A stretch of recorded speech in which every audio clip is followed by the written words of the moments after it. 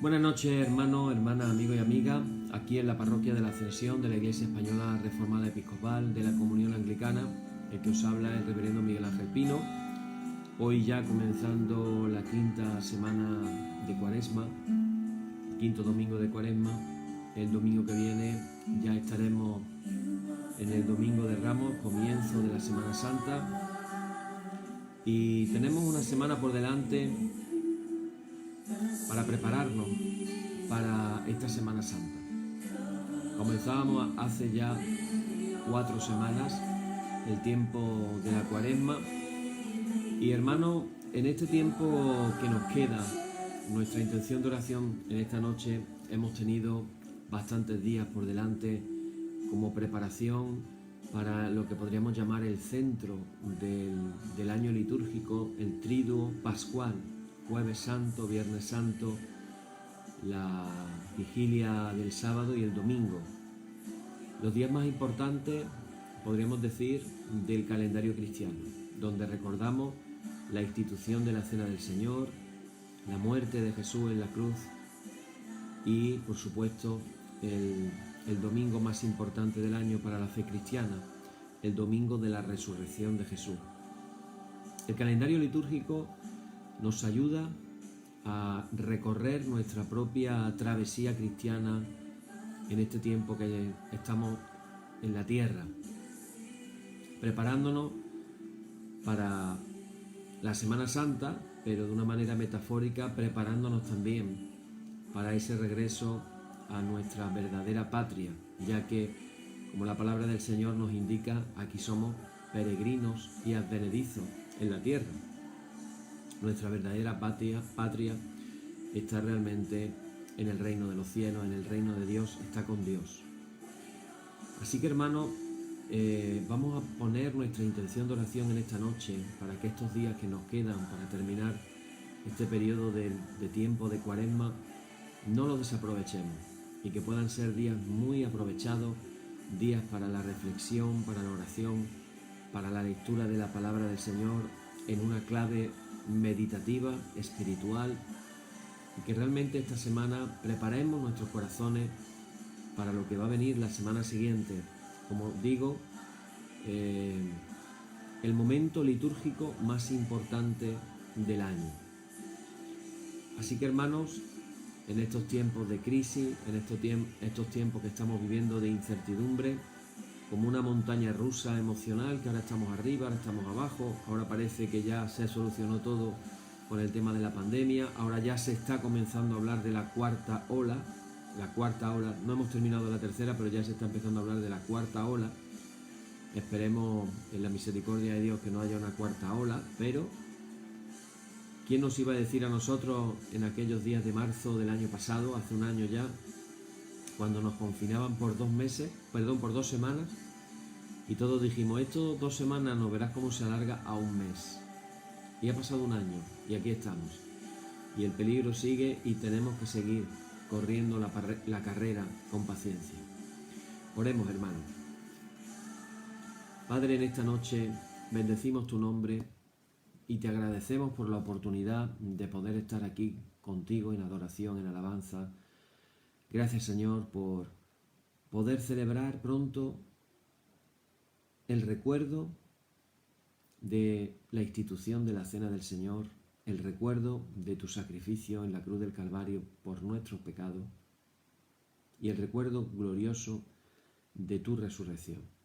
Señor, te pedimos que estos días puedan ser días preparatorios para nosotros, que podamos preparar nuestros corazones y que podamos aprovechar estos días para aprender más de ti y para que tú nos sigas hablando a nuestras vidas. Te lo pedimos en el nombre de Jesús. Amén. Bien, hermanos, y damos comienzo a nuestra liturgia diciendo: en el nombre de nuestro Señor Jesucristo, sea luz y paz. Amén. Desde el nacimiento del sol hasta donde se pone, sea alabado el nombre del Señor. Sea el nombre del Señor bendito desde ahora y para siempre. Oh Dios, cuyo nombre es bendito desde la salida del sol hasta su ocaso, llena de conocimiento nuestros corazones y abre nuestros labios en tu alabanza, para que, como eres bendito con el debido honor por todos los siglos, así seas alabado de oriente a occidente por todas las naciones. Amén. Por tu misericordia, oh Dios nuestro, que eres bendito, y vives y gobiernas todas las cosas por los siglos de los siglos. Amén. Decimos el párrafo número 3 de nuestra liturgia, que dice: ensálzate, oh Dios, sobre los cielos, y sobre toda la tierra sea ensalzada tu gloria. Oíd el resumen que nuestro Divino Maestro ha hecho de los mandamientos de Dios. Amarás al Señor tu Dios con todo tu corazón y con toda tu alma y con toda tu mente. Este es el primero y el grande mandamiento. Y el segundo es semejante a este: amarás a tu prójimo como a ti mismo. De estos dos mandamientos pende toda la ley y los profetas. Y a nosotros, discípulos suyos, nos ha dado Jesús un mandamiento nuevo, diciendo: este es mi mandamiento, que os améis los unos a los otros como yo os he amado. En esto conocerán todos que sois mis discípulos, si tuvierais amor los unos con los otros. Oremos, hermanos. Señor Jesucristo, sin cuya ayuda nada podemos hacer, vive en nosotros y capacítanos con tu gracia para que, llevando mucho fruto, demos gloria al Padre Celestial. Amén. Hermanos muy amados, ahora reconocemos con sinceridad cuán lejos estamos de haber cumplido fielmente la voluntad del Señor. Venimos con humildad a su presencia y con un corazón contrito confesemos todas nuestras faltas y errores con la seguridad de que Él oye nuestras oraciones. Oremos todos juntos diciendo: Padre omnipotente y misericordioso, la confusión y la vergüenza no nos dejan levantar nuestro rostro delante de tu presencia. Por eso, con humildad y dolor de corazón, confesamos que nos hemos desviado de tu sendero y, como ovejas perdidas, hemos andado descarriados fuera de tus caminos. Hemos seguido desordenadamente las intenciones y deseos de nuestro propio corazón. Hemos roto tus santos mandamientos. Además de no hacer lo que debíamos, hemos hecho lo que no estaba bien hacer. Por eso, Señor, ten misericordia de nosotros, pobres pecadores. Perdona, oh Dios, a los que confiesan sus culpas, restaura a los que se arrepienten, según tus promesas declaradas a toda la humanidad en Jesucristo nuestro Señor. Amén. Y el Señor Jesucristo, que tiene la potestad de perdonar pecados sobre la tierra y que no excluye al pecador que a Él acude para salvación, oiga vuestros ruegos, perdone todos vuestros pecados y os conceda su Santo Espíritu para que vuestra vida sea de aquí en adelante pura y santa, hasta que seáis recibidos en el goce de su eterna gloria en las mansiones del Padre Celestial. Amén. Señor, abre nuestros labios y nuestra boca anunciará tu alabanza.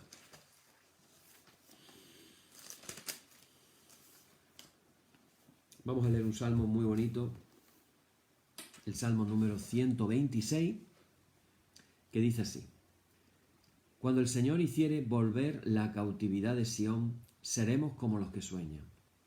Entonces nuestra boca se llenará de risa y nuestra lengua de alabanza.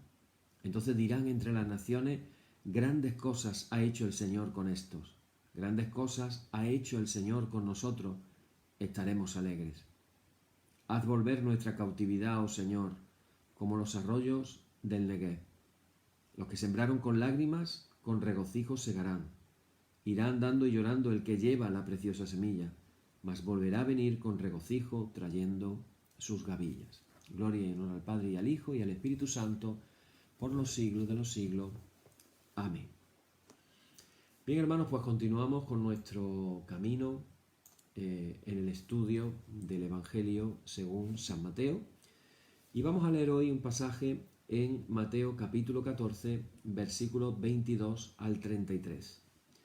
Y dice así: Después de que la gente se hubo saciado, Jesús apremió a sus discípulos a que subieran a la barca y se le adelantaran a la otra orilla, mientras él despedía a la gente.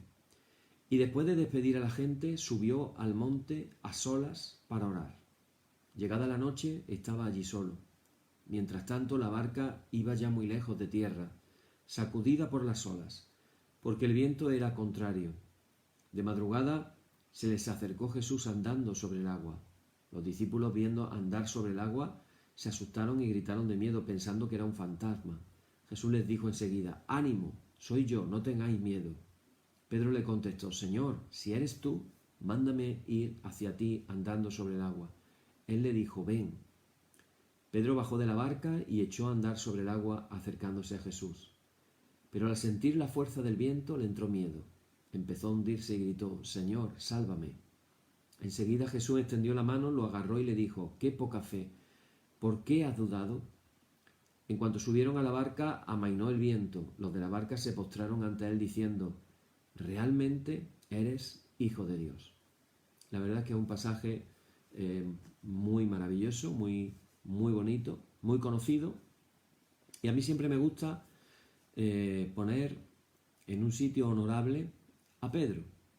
Casi siempre cuando se lee este pasaje hay gente que recrimina a Pedro de que finalmente se hundiera y tuviera que decirle al Señor que le salvara. Pero a mí me gusta decir que el único que se atrevió a bajarse de la barca y ponerse a andar sobre el mar, y andó sobre el mar, no se hundió directamente.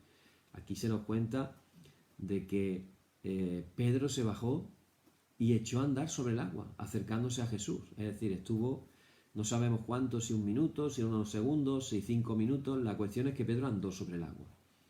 Pero cuando siente la fuerza del viento, le entra el miedo y empieza a hundirse. Y entonces Jesús, a él le grita a Jesús: «Señor, sálvame». Entonces Jesús le extendió la mano, lo agarró y le recriminó: «¡Qué poca fe! ¿Por qué has dudado?». Y entonces dice: «En cuanto subieron a la barca, amainó el viento». Esta es una escena que quizás se nos pasa por alto. Jesús lo coge de la mano. Pedro, ¿qué hace Pedro? Empieza a andar otra vez con Jesús, y tienen que andar todavía un poquito hasta que los dos llegan a la barca. Así que Pedro andó un poquito cuando salió de la barca y otro poquito cuando vino de regreso, porque yo no me imagino a Jesús llevando en brazos a Pedro andando por encima del agua. Yo me imagino más bien que si lo tomó de la mano, es que al tomarlo de la mano, Pedro se inyecta de la fe de Jesús y comienzan a andar los dos por el agua. Bueno, ahí queda Pedro, que era el lanzado, pero Dios lo usó realmente con ese ímpetu que él tenía. Y me gusta recordar que de 12, uno se bajó de la barca. Los 11 se quedaron guarnecidos y tranquilitos, mirando, como diríamos en España, mirando desde la barrera a los toros. Es decir, el torero está en la plaza toreando y cuando le pasa algo todo el mundo critica al torero, pero ¿quién es capaz de irse a la plaza y ponerse a torear? Bueno, ahora en estos tiempos no, porque ya sabéis que se están queriendo quitar las corridas de toros, así que estas comparaciones como que no pegan ya mucho en estos tiempos que vivimos. Pero bueno, es una cultura que uno tiene española, de una cultura yo creo que ancestral, y nos salen estas comparaciones. Bueno, aquí el tema que nos ocupa hoy, hermanos y hermanas, es el miedo. Y en la iglesia ha entrado el miedo. Si os habéis dado cuenta, estamos procurando en todos estos estudios aplicarlo, la enseñanza, a la iglesia y a nosotros mismos también. Seguramente es muy probable, dicen los estudiosos, que aprovechando los momentos difíciles de sus idas y venidas por el lago de Galilea, Jesús estaba realmente educando a sus discípulos para enfrentarse a tempestades futuras más peligrosas que lo que era las tempestades que había en el lago. Impresiona la actividad de Jesús. Realmente es algo impresionante. Él manda a sus discípulos que se vayan, siendo él el protagonista de la evangelización. Se supone que estaría muy agotado y sin embargo él lo que hace es mandar a sus discípulos que se vayan ya, y él despide a la gente, a la multitud. ¿Cómo sería una despedida así? A veces a los españoles, en las culturas, una despedida de españoles puede durar media hora. Desde que tú empiezas a decir que te vas hasta que te vas de verdad, pues te pegas media hora y a lo mejor te arrepientes a mitad de camino y todavía te quedas. Así somos los españoles. Vamos a comer a una casa y comemos a las 2 de la tarde y a las 6 nos estamos despidiendo, pero como te descuides, empalmas con la cena. Así somos los españoles. Ahora, tú te vas a Estados Unidos o te vas a Inglaterra, mentalidad anglosajona, y cuando dicen que se van, en 5 minutos se han ido. No es una cuestión. Entonces, en los países orientales, como es el caso de Israel, una cultura oriental, probablemente una despedida no sería algo instantáneo, sería algo que se llevaría un ratito. Y yo me estoy imaginando, no sé por qué, en mi imaginación, me estoy imaginando a esa multitud queriendo darle la mano o un abrazo a Jesús uno por uno. No sería descabellado ver a Jesús haciéndole así a la gente, agarrándole con sus dos manos para despedir a la gente con cariño, con amor. Algunos incluso se le tirarían y él los abrazaría, y en fin, así despidiendo a la gente. No me imagino una despedida de 5 minutos. ¿Cuánto duró la despedida? No lo sabemos. Pero cierto y verdad es que no sabemos lo que lo que duró la despedida, pero pensemos que ya llevaba todo un día de trabajo. Y un hombre cualquiera estaría súper agotado. Y un hombre cualquiera, después de un día de trabajo y después de estar así de agotado, nos habríamos ido a descansar. Y ahora fijaros el detalle. Y lo que nos cuenta el pasaje, hermano, es que Jesús despide a la multitud, pero dice, sube al monte a solas para orar. Todavía ni siquiera se quedó en una zona descampada, tuvo que subir a un monte. Aquí también ahora nos imaginamos el monte. No nos estamos imaginando el monte Everest, porque no existe ese tipo de montañas en Israel. Pero si nos imaginamos un tipo así, como diríamos en España, un tipo sierra. Es decir, que a lo mejor en subir, tu media hora, 3/4 de hora puedes tardar en subir. Esa subida a un monte. No nos estamos imaginando que recorre 25 metros y ya está en lo alto del monte. O sea, ya después de un día de trabajo, todavía subir a un monte para orar es más trabajo todavía. Y ahora se queda ahí orando a solas. Y esto nos habla, hermanos, de esa relación que Jesús tenía con su Padre tan maravillosa y que no le importaba el esfuerzo que tuviera que hacer desde el punto de vista físico, pero también la oración comporta esfuerzos psíquicos, o sea, esfuerzos mentales. A veces los esfuerzos mentales en la oración son mayores que los esfuerzos físicos porque uno está quieto normalmente. También puedes orar de pie, puedes orar andando. La oración no tiene por qué ser quieta en un lugar, uno puede orar andando. Tú puedes estar orando. Te puedes meter en un bosque. A San Francisco de Asís le encantaba meterse en un bosque y oraba andando por el bosque. En otras ocasiones se resguardaba en una cueva, debajo de una roca, y se metía en una cueva y ahí se quedaba quieto. Ahí estaba Jesús solo, la soledad en un monte, el cielo estrellado. ¿Qué lugar más bonito para hacer oración? Los que vivimos en ciudades y que a veces no vemos el cielo estrellado por la luminosidad de la misma ciudad. Qué bonito es. Se me está ocurriendo ahora mismo de que los cristianos fuéramos más al monte solos a orar, en la medida de las posibilidades. Ahí estaba Jesús orando a su Padre. ¿Y cuántas veces nos dice, hermanos y hermanas, en los evangelios que Jesús se apartó a un lugar para orar con su Padre? Y hasta ahí llega la introducción de lo que va a suceder esa noche. Y entonces dice, llegada la noche, estaba allí solo. Y la barca se había ido ya muy lejos, pero estaba siendo sacudida por las olas. Y de madrugada, estamos hablando ya de madrugada, es que Jesús se acerca andando sobre el agua en dirección a la barca. A veces se nos habla en la Biblia de que Jesús oró toda la noche. ¿Cuándo fue la última vez que oramos toda una noche?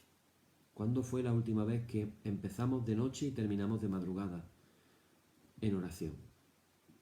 Y nosotros pensamos que porque oramos 5, 10 minutos, 15 al día, estamos orando y estamos siendo fieles. Hermanos, hay un mundo por descubrir en la oración. No nos quedemos en la orilla, lo vengo repitiendo, no nos quedemos jugando en la playa con la pelota como que fuéramos niños. Tenemos que profundizar, bogar mar adentro, introducirnos en las profundidades de Dios. Tenemos que gastar tiempo en oración delante del Señor. Y ahí se va Jesús. Y como estaba diciendo al principio, en la iglesia ha entrado el miedo. Ahí están los discípulos solos. Esta vez no los está acompañando Jesús. La barca está muy lejos de tierra, a mucha distancia. Y encima un viento contrario que les impide volver Así que se quedan solos en medio de la tempestad. ¿Qué podrían hacer sin Jesús? Hay un momento en que la situación de la barca es desesperada. Esa situación de barca desesperada en nuestras vidas personales es normal que por lo menos una, dos o tres veces las pasemos en nuestra vida personal. Mateo nos está presentando una escena de las tinieblas de la noche, de la fuerza del viento, del peligro de hundirse en las aguas. Esa es la idea. Oscuridad, el viento en contra, lo que antes te costaba ahora te cuesta el doble o el triple. El pensamiento de me hundiré en las aguas y moriré. Y de esta manera, Mateo lo que está haciendo con este lenguaje que los lectores conocen es describir posiblemente. Tener en cuenta que Mateo se escribió aproximadamente, estaríamos hablando de los años 70 más o menos, estaría describiendo la situación de aquellas comunidades cristianas que estaban siendo amenazadas desde fuera por la hostilidad y tentadas desde dentro por el miedo y la poca fe. Fijaros, amenazadas desde fuera por la hostilidad, pero tentadas desde dentro por el miedo y la poca fe. Podríamos definir así a la situación hoy de muchas iglesias, y ahí lo tenemos, que entre las 3, piensan los eruditos, entre las 3 y las 6 de la madrugada se acerca Jesús andando sobre el agua. Pero los discípulos son incapaces de reconocerlo, porque el miedo les hace ver en él un fantasma. Los miedos, hermanos y hermanas, tantas veces nos han hecho ver fantasmas, porque los miedos son el mayor obstáculo para reconocer, para darnos cuenta, para amar, para seguir a Jesús como el Hijo de Dios, que nos acompaña y nos salva en la crisis.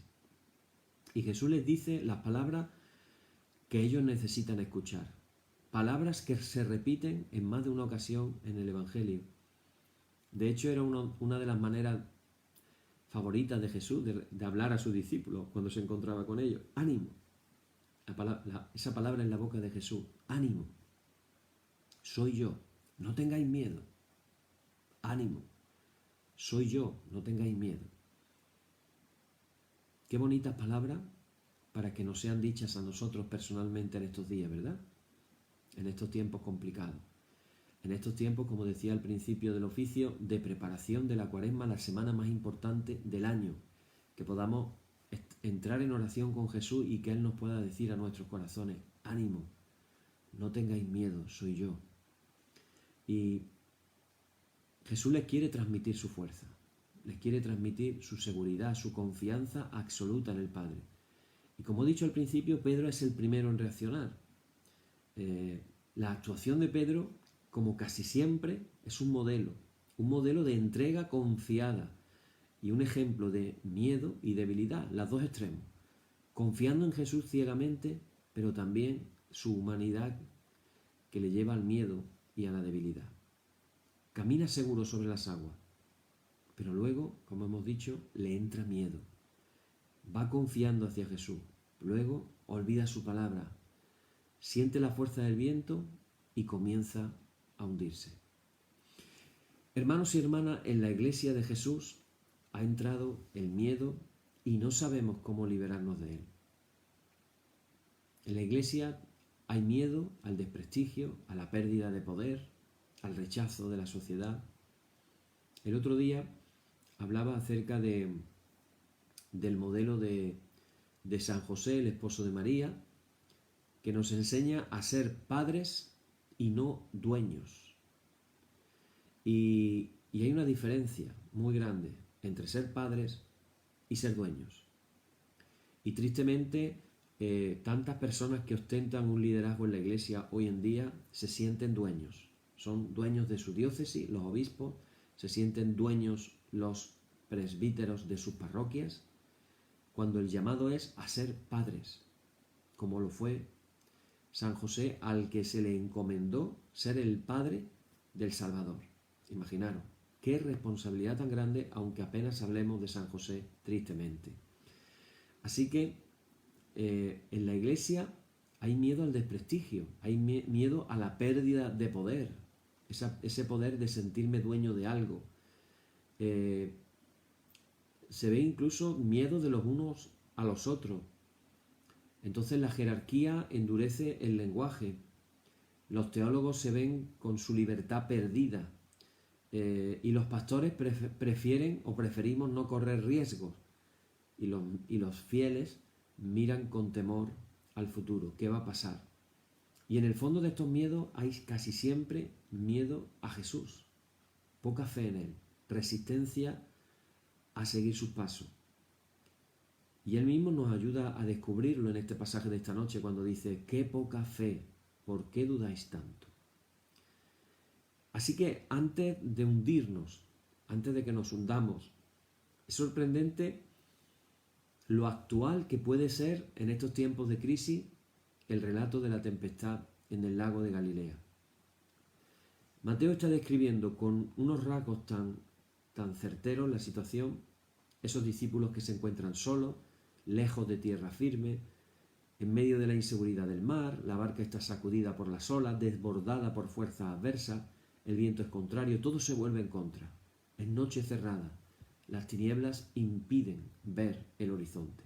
¿Cuántas veces estamos escuchando en estos días: ya se ve la luz al final del túnel, y de pronto el túnel parece que se cierra y otra vez volvemos a la oscuridad? ¿Cuántas iglesias se están cerrando en diferentes países porque cuando comenzó el confinamiento y no podíamos tener reuniones, la gente dejó de asistir a las reuniones? Y no hay un esfuerzo por asistir. Es la gran excusa.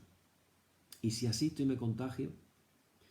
Sin embargo, cuando vamos a comprar al supermercado todos los días, no pensamos: ¿y si asisto al supermercado y me contagio?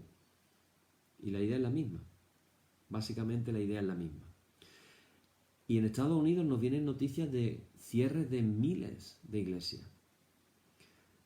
El hundimiento. Y nos damos cuenta de que esta es la situación de no pocos creyentes en el momento actual. No hay seguridad, no hay certeza, pareciera que todo se ha vuelto oscuro, todo se ha vuelto dudoso. Se habla incluso del cristianismo como una religión terminal que pertenece al pasado. Se dice incluso por algunos filósofos que estuviéramos entrando en una era post-cristiana. En algunos incluso llegan a preguntarse: ¿no será el cristianismo un sueño irreal? ¿Un mito ingenuo llamado a desaparecer? Y ese sería el grito de los discípulos que Mateo nos cuenta cuando ven de lejos a Jesús en medio de la tempestad y dicen: es un fantasma. Jesús es un fantasma. Y la reacción de Jesús es inmediata. Jesús dice: ánimo, yo soy yo, no temáis, no tengáis miedo. Animado por esas palabras, Pedro hace a Jesús una petición sin sentido: Señor, si eres tú, mándame ir a ti andando sobre el agua. ¿A quién se le hubiera ocurrido? ¿A quién de nosotros se le hubiera ocurrido algo así? Aquí es donde decimos: esas cosas no se le ocurrían nada más que a Pedro. No sabe si Jesús es un fantasma o alguien real, pero lo quiere comprobar. Este es el punto, hermano. Pedro lo quiere comprobar. Puede comprobar que se puede caminar hacia él andando, no sobre tierra firme, sino sobre el agua, no apoyándose en argumentos seguros, sino en la debilidad de la fe. Pedro quiere comprobar eso. Así, esta es la enseñanza.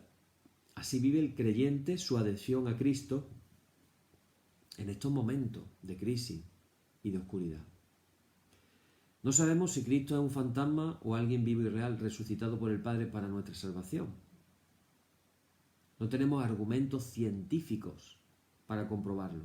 Todos los historiadores pueden hablar del Cristo histórico, del Jesús histórico, mejor dicho, pero cuando llegan al capítulo de la resurrección en su vida dicen: no, yo soy historiador y yo no puedo opinar de cosas relacionadas con la fe, porque no pueden probar una resurrección como la de Jesús. Entonces, claro, no tenemos argumentos científicos para comprobarlo, pero aquí está el punto. Pero sabemos por experiencia propia que se puede caminar por la vida sostenidos por la fe en Él y en su palabra. Aunque no es fácil vivir de esta fe desnuda. Mateo nos está diciendo que Pedro sintió la fuerza del viento, que le entró miedo, que empezó a hundirse. Un proceso muy conocido. Fijarnos solo en la fuerza del mal, dejarnos paralizar por el miedo y hundirnos en la desesperanza. Pero Pedro reacciona y antes de hundirse del todo, él grita: Señor, sálvame. Señor, sálvame. Esto nos enseña, hermanos y hermanas, que a veces la fe es un grito, es una invocación, una llamada a Dios. Señor, sálvame. Sin saber ni cómo, ni por qué. Es posible entonces percibir a Cristo como una mano tendida que sostiene nuestra fe y nos salva, al tiempo que nos dice: hombre de poca fe, ¿por qué dudas? Qué curioso, ¿verdad? Nos está salvando, pero nos está diciendo también: ¿por qué dudas? ¿Por qué tienes poca fe? Deberías de tener fe. Y seguro que si Cristo le dice: ¿por qué eres un hombre de poca fe? Porque ya tenía motivos más que suficientes para ser un hombre de verdadera fe. Estamos hablando de caminar sobre el agua. Podríamos definir en la iglesia actual tantos creyentes que se sienten como que estuvieran a la intemperie, desamparados, en medio de una crisis, en medio de una confusión general. Estamos viviendo, hermanos, un momento histórico. No se nos olvide esto, porque los pilares en los que tradicionalmente se apoyaba la fe se están viendo sacudidos violentamente desde las raíces. Parece podríamos decir, una simpleza, pero el hecho de no podernos reunir, por ejemplo, físicamente, y sin embargo tener reuniones o hacer cosas como la que estamos haciendo aquí ahora mismo vía internet,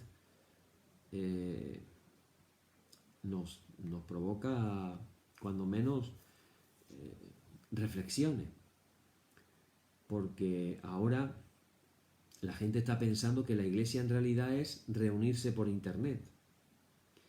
Y claro, aquellos líderes que mejor hacen sus oficios, que mejor hacen sus cultos por internet, se convierten vamos a decir, en los líderes de audiencia. Esto es como las televisiones. Pero perdemos el sentido de iglesia, perdimos el sentido de hermandad, de confraternidad.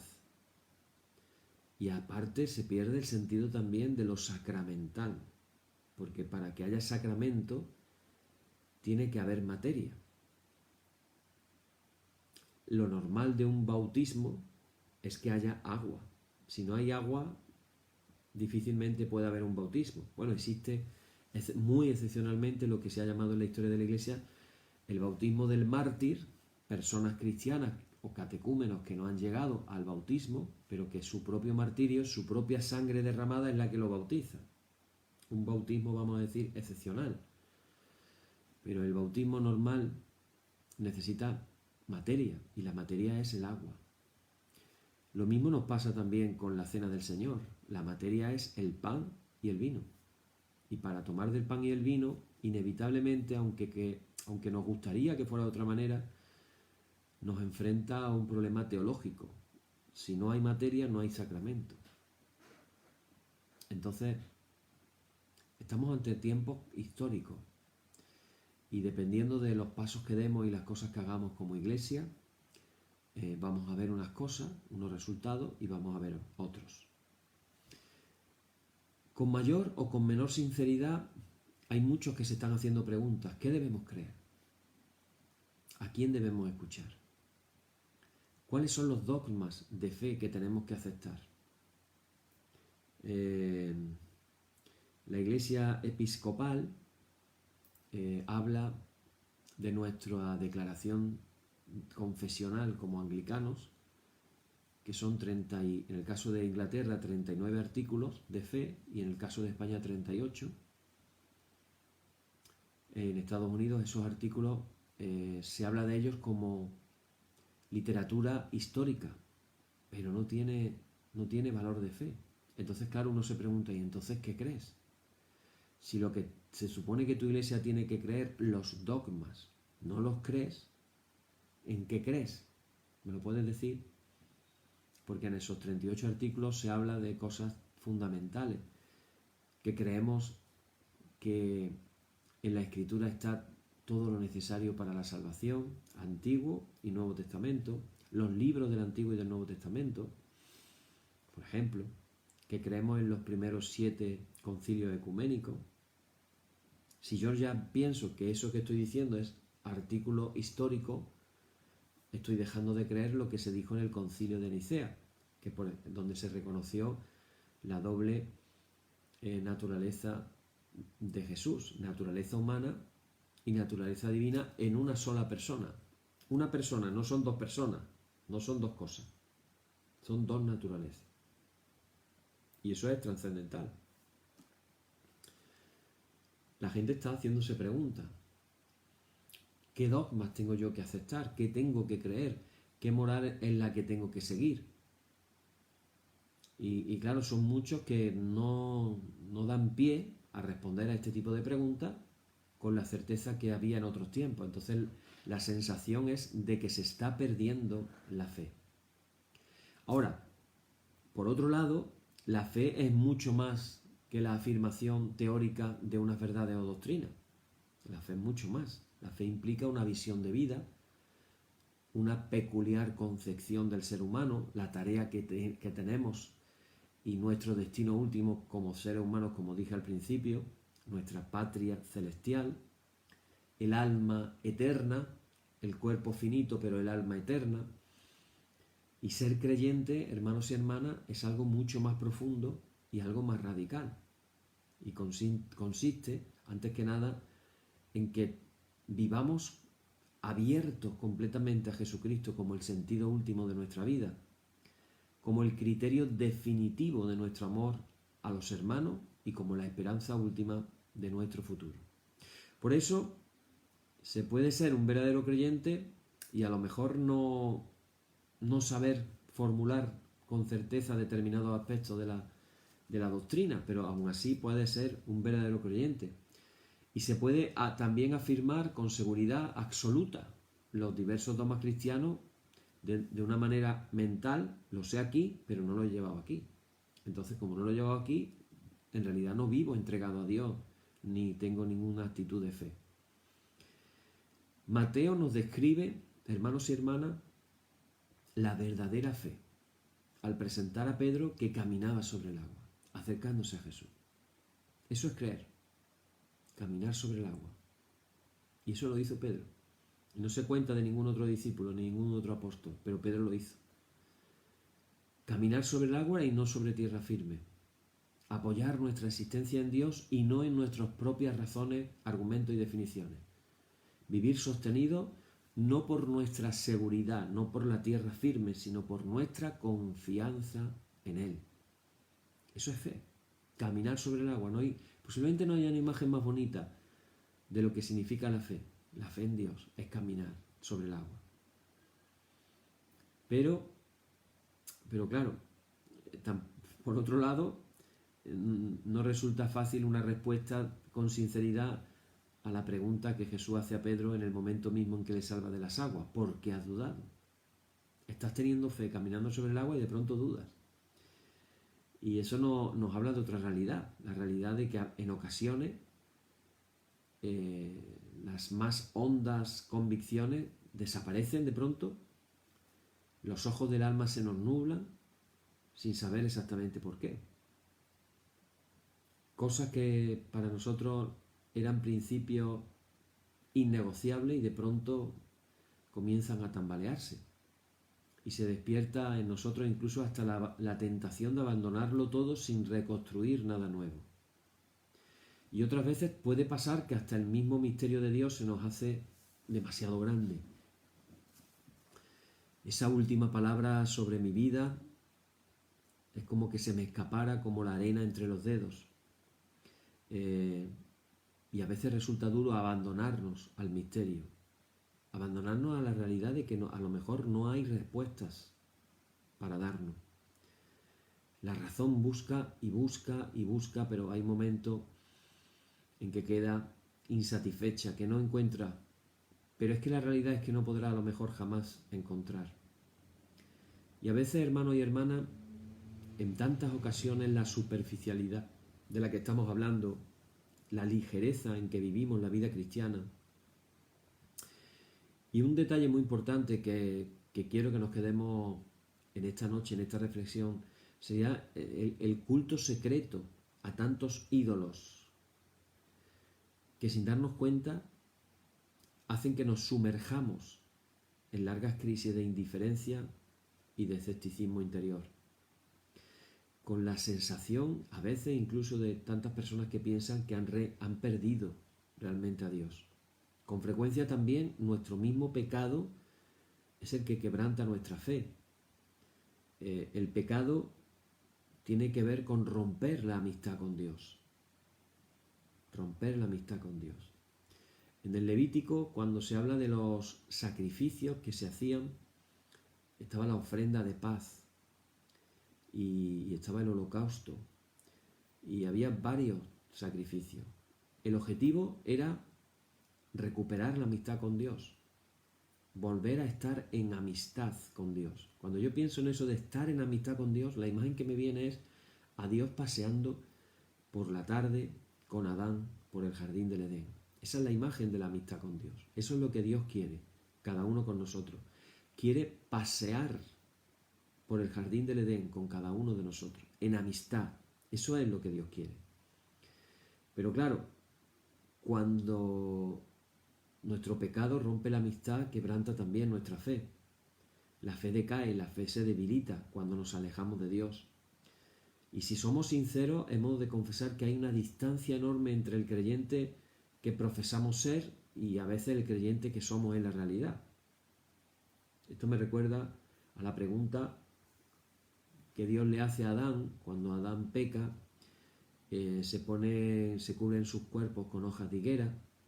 Y fíjate la diferencia, cuando Dios llega ahora a su encuentro, Adán se esconde. Y Dios hace una pregunta muy importante. ¿Dónde estás, Adán? ¿Dónde estás? ¿Acaso pensamos que Dios no sabía dónde estaba y que estaba escondido? ¿Por qué hace esa pregunta? ¿La pregunta es para Adán? ¿Para que Adán le responda dónde está? ¿O la pregunta es para que Adán se la haga a sí mismo y se diga a sí mismo, ¿dónde he caído? ¿Dónde estoy? Dicen los comentaristas judíos que la pregunta es algo así como ¿en qué nivel espiritual has caído? Y entonces Abraham responde y la traducción literal en hebreo que dice Abraham es pues he pecado y voy a volver a pecar. Le dice Adán a Dios, he pecado y voy a volver a pecar. He pecado y voy a volver a pecar. ¿Cuál es la condición de Adán cuando se separa de Dios? He pecado y voy a volver a pecar. Es decir, y esto no es algo así soberbio que Adán se mostró delante de Dios. No es que se puso así todo orgulloso y dijo, ¿qué pasa? He pecado y voy a volver a pecar. No, no es en ese sentido. Es en el sentido de que Adán entonces se dio cuenta de cuál era su nivel espiritual. Y el nivel espiritual en el que estaba, de el que había estado al que estaba ahora, era un nivel en que ya no solamente había pecado, sino que ya no iba a poder dejar de pecar en el futuro. Y esto tiene que ver con la fe. ¿Qué hacer entonces cuando contactamos en nosotros y vemos que nuestra fe es un poquito parecida a la de Pedro? Una fe que pareciera que por un lado sí, pero luego resulta que es frágil, que vacila, que duda, que cuando viene el viento y te da en la cara, te entra el miedo. Y cuando te entra el miedo empiezas a hundirte. ¿Qué hacer? Yo creo, hermanos y hermanas, que lo importante es aceptar el misterio de Dios con el corazón abierto. Abramos nuestros corazones de par en par a Dios. Porque nuestra fe depende de la verdad de nuestra relación con Él. Y no hace falta esperar a que nuestros interrogantes y dudas se resuelvan para poder vivir en verdad ante este Padre. Lo importante es, hermanos y hermanas, quedémonos por lo menos con esto. Lo importante es saber gritar como Pedro gritó, Señor, sálvame. Saber levantar hacia Dios nuestras manos vacías. Cuando hacemos la oración del Padre Nuestro y hacemos así las manos vacías. en actitud de recibir de parte de Dios. No solo como un gesto de súplica, sino también de una entrega confiada de alguien que se sabe pequeño, ignorante, necesitado de salvación. No olvidemos que la fe es caminar sobre el agua, pero con la posibilidad de encontrarnos con esa mano que siempre nos va a querer salvar cuando comencemos a hundirnos. Siempre vamos a tener esa mano de Jesús que nos va a agarrar con fuerza y nos va a levantar hacia arriba y nos va a salvar y nos va a traer la salvación. Antes de que nada, y ya para ir terminando, tenemos que recordar que la fe nunca es algo seguro. Ni siquiera podemos disponer de ella a voluntad o a capricho. No se nos olvide. La fe, hermanos y hermanas, es un don de Dios. Un don de Dios que tenemos que acoger, pero que también tenemos que cuidar con fidelidad. Por eso, el peligro de perder la fe no viene tanto de afuera, sino de nuestra actitud personal ante Dios. Hoy en día hay tantísimas personas que hablan de sus dudas de fe. Dudas de fe, en realidad, no son tan peligrosas para el cristiano si vivimos con una actitud de confianza amorosa hacia Dios. Decía uno que fue anglicano, un pensador del siglo XIX, clérigo del anglicanismo y que se pasó luego al catolicismo, llegó a ser cardenal Newman, decía: 10 dificultades no hacen una duda. 10 dificultades no hacen una duda. Fijaros qué curioso que cuando se habla de la fe en la cultura hebrea se utiliza un término muy expresivo, amán. De ahí proviene la palabra amén. Es un verbo que significa apoyarse, asentarse, poner la confianza en alguien más sólido que nosotros. En eso consiste precisamente el núcleo de la fe, que ponemos la confianza en alguien más sólido que nosotros. Así que, hermano, creer es vivir apoyándonos en Dios. Tengamos esa imagen de Pedro que se está hundiendo, pero que en el último segundo le pide la salvación a Jesús y Jesús lo agarra de su mano y lo saca del agua y lo monta en la barca. Esperar confiadamente en Él, en una actitud de entrega absoluta de confianza y fidelidad.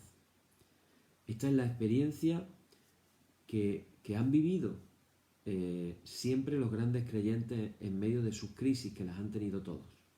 Pablo lo dice de una manera muy gráfica en 2 de Timoteo 1, versículo 12, cuando él dice de una manera tajante: yo sé en quién he creído, yo sé de quién me he fiado.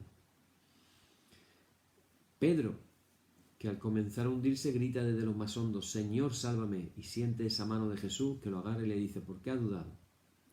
Las dudas pueden ser una ocasión para que se purifique más nuestra fe, arraigándola de una manera más viva y real en el mismo Dios.